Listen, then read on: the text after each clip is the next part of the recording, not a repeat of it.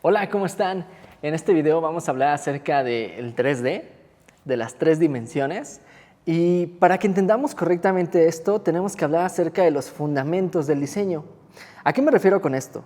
A que tenemos que hablar acerca de cómo se construye y con qué elementos se construye el 3D. Para llegar a un objeto tridimensional, tienes que haber pasado primero por un objeto bidimensional. Un objeto bidimensional está compuesto a partir de los elementos fundamentales del dibujo bidimensional. Y yo sé que eso suena a lo mejor un poco tosco y demás. Bueno, quiero que sepan que todos esos fundamentos y demás están en un libro que se llama Fundamentos del Diseño. Es de Wysis Wong. Y aquí está especificado claramente con qué elementos podemos hacer un objeto bidimensional. No se los puedo mostrar por cuestiones de copyright, pero les puedo enseñar aquí la portada, lo puedes comprar. Mucha gente lo compra y no sabe ni para qué lo compra. Terminan guardándolo o lo compran, todos los que estudian diseño gráfico lo compran. Lo que quiero decir con esto es que aquí Wysis Wong nos dice con qué elementos yo puedo empezar a diseñar. Básicamente nos dice con qué ingredientes lograr nuestro platillo principal. ¿Cuáles son los ingredientes para lograr esto?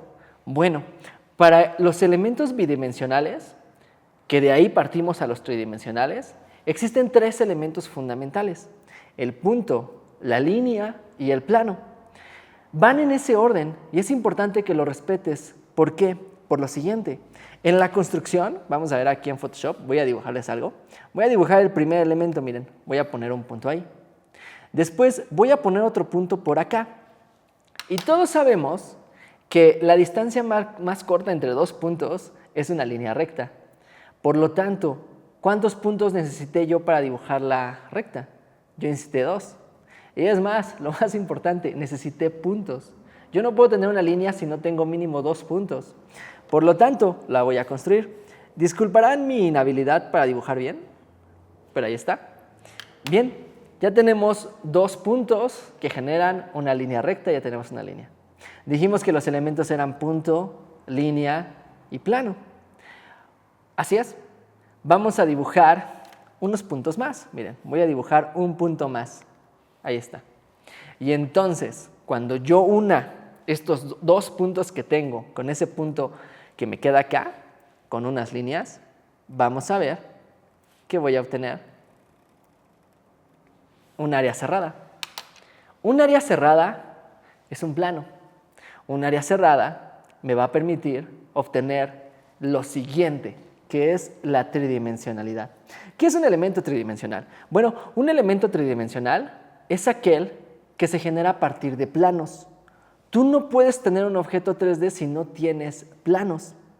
Y al tener un plano y al entender que un plano es un área cerrada, quiere decir que un objeto tridimensional está hecho a partir de áreas cerradas.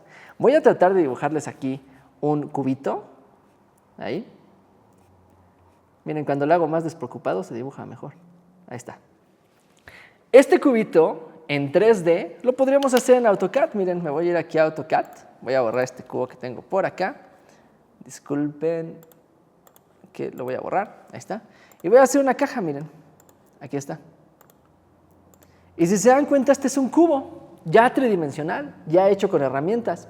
Y yo te puedo decir que este objeto, matemáticamente, está hecho a partir de unos planos que están elevados. Es el plano de abajo y después son los planos que están elevados así y así. Eso nos lleva a la conclusión de que entonces este objeto está vacío. Sí, matemáticamente está vacío. De hecho, miren, me voy a ir acá a mostrarlo en Wireframe y van a ver que está vacío. Ojo, antes de que alguien me acuse de decir algo que no es cierto y de que acabo de usar la herramienta de sólido en AutoCAD, algo muy cierto es que en los programas que vamos a ir viendo, SolidWorks, puedes ver en CATIA, en Inventor, Revit, todos los programas que usan 3D, vas a ver que en algunos exclusivamente te dice estás haciendo un sólido y que el objeto que tú estás viendo, si tú lo cortas por la mitad, como un queso, va a quedar sólido. Quiere decir que está relleno. Entonces quiere decir que lo que te acabo de decir no es cierto. Bueno, sí es cierto matemáticamente. Todos los objetos siempre en el 3D van a estar compuestos de planos. Vamos a ir acá a la imagen. Y estos planos van a ser simplemente las caras que horizontalmente teníamos aquí, pero como quien dice, rotados, como quien dice, de pie, ¿no? Ahora, ¿qué quiero aclarar con esto? Que cuando nosotros tengamos un objeto perfectamente cerrado, en inglés lo llaman watertight, quiere decir que si tú le echabas agua, nunca se metería el agua por dentro, o en su defecto, nunca se saldría, perfectamente cerrado, watertight, por aquí va a salir la palabra en inglés, quiere decir que no tiene ninguna fisura. Eso quiere decir que lo podemos considerar como sólido. Y los programas que vamos a ver más adelante, como AutoCAD y algunos programas, sobre todo de manufactura y de diseño paramétrico, te permiten trabajar con objetos de los cuales tú puedes saber su volumen. Si está perfectamente cerrado, o sea, watertight, puedes saber perfectamente el volumen que está adentro de ese objeto. Y aunque matemáticamente lo considere como vacío, porque está hecho a partir de planos, el programa te va a poder decir que está sólido y que es un objeto sólido. Los llaman objetos ASIC, que vamos a ver después, no se preocupen, pero quiero que sepan que la matemática siempre es esa, que está hecha a partir de planos. Ahora, miren, eso no me lo saqué de la manga. Hay libros que ya estipulan eso. Ay, disculpen aquí. Por ejemplo, está este libro que es Mathematics for 3D Programming and Computer Graphics, un libro muy complejo.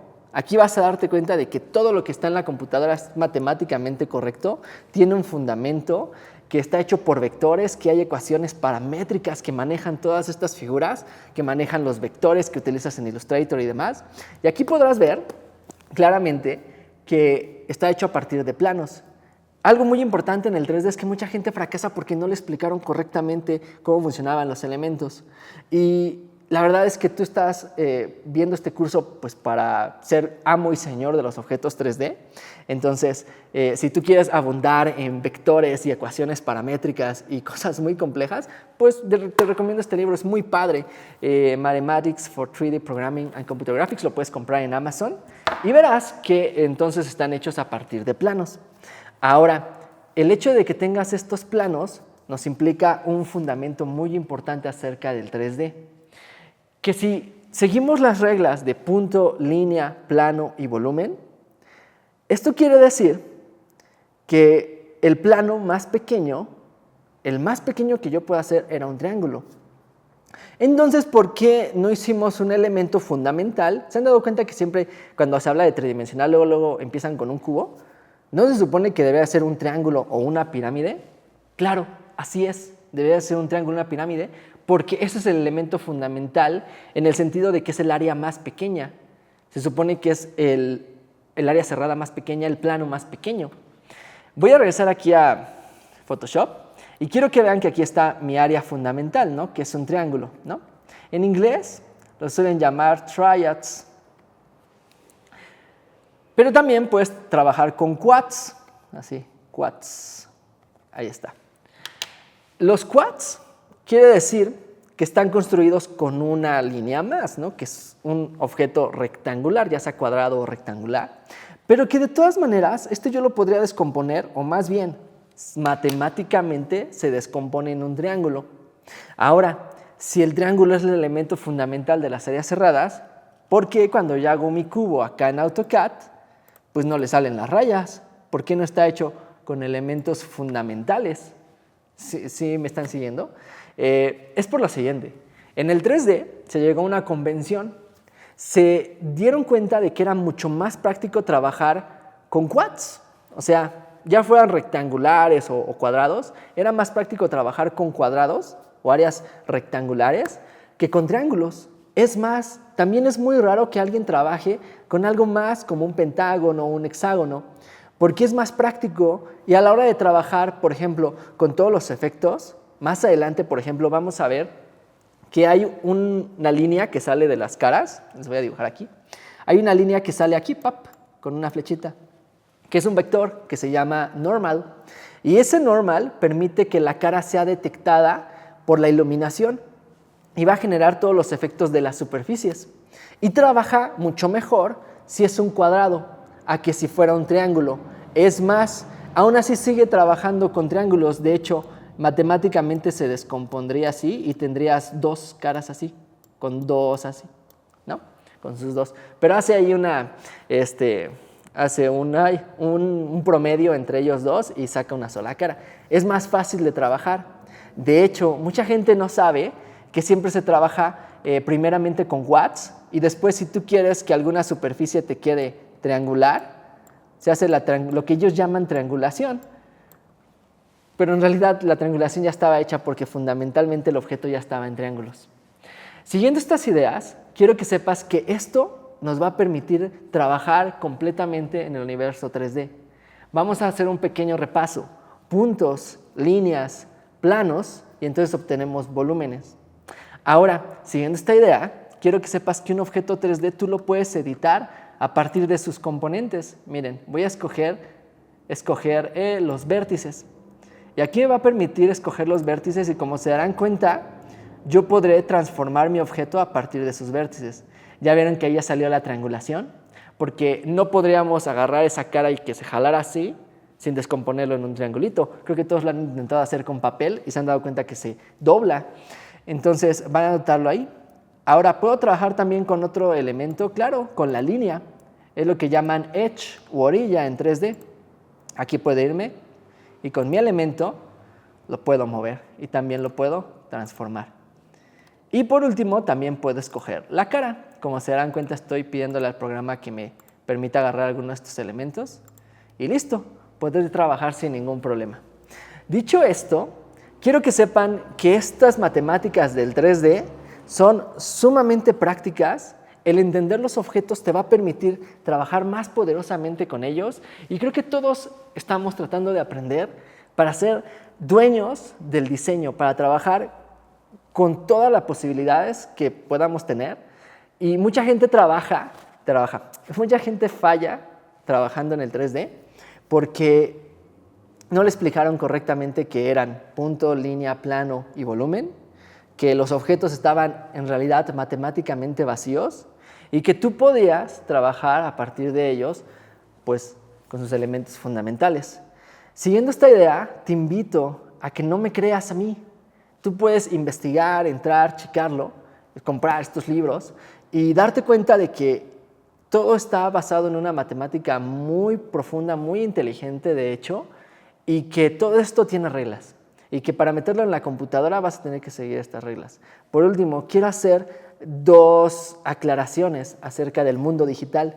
La primera es que cuando nosotros insertamos información, quiero que sepas que esta información está grabada de una forma muy especial.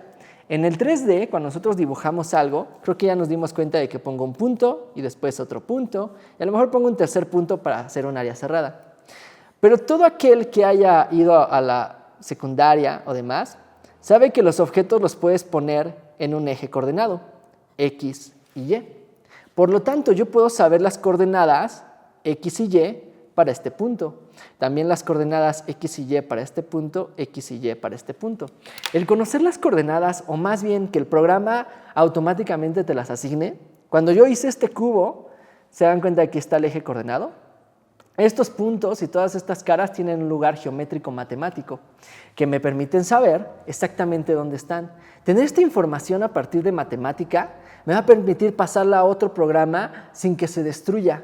Me va a permitir pasarlo a otro programa sin que yo tenga que reinterpretarlo, por ejemplo. En algunos casos sí, pero en la mayoría de los casos, si lo haces bien, no habrá ningún problema.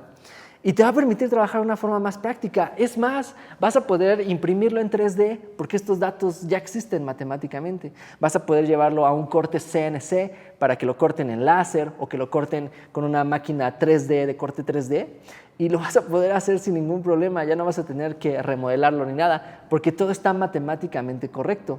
Todo está en un mismo idioma. Y esto es padrísimo, la verdad. Te va a ayudar muchísimo a desarrollarte de una forma muy padre. Y segundo problema, bueno, ese es el primer problema, que mucha gente no entiende eso y no sabe el potencial que puedes tener con eso. Y la segunda cosa, ¿saben? No hay métodos establecidos. Tú no puedes ir y comprar un libro, ojalá se pudiera, de, por ejemplo, cómo hacer todas las formas 3D. No existen. No existen libros que te digan cómo hacer todo lo que se me ocurra, ¿no? No lo hay. Es más, hay muy pocos libros que te enseñan a modelar muy bien en 3D. La mayoría son ciertos tutoriales de personas con mucha experiencia que han mostrado sus métodos para hacerlo. Pero si a mí me lo preguntas, hay muchos libros que te van a ayudar y pues bueno, con lo que yo te voy a enseñar también.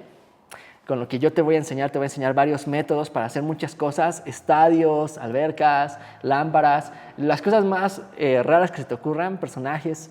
Te voy a ayudar a hacerlo, pero también toma en cuenta que hay muchas publicaciones. Por ejemplo, una que me gusta es Parametric Design for Architecture.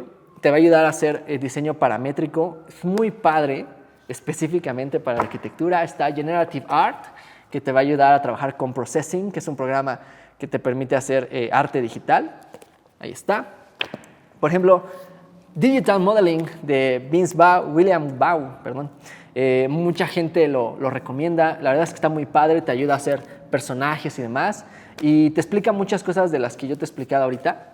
Y también tenemos por acá CAD y prototipado rápido en el diseño de producto. Este es para diseño arquitectónico, pero también para diseño industrial. Muy padre, te explica muchísimas cosas que necesitas saber y te explica también muchos métodos para hacer las cosas.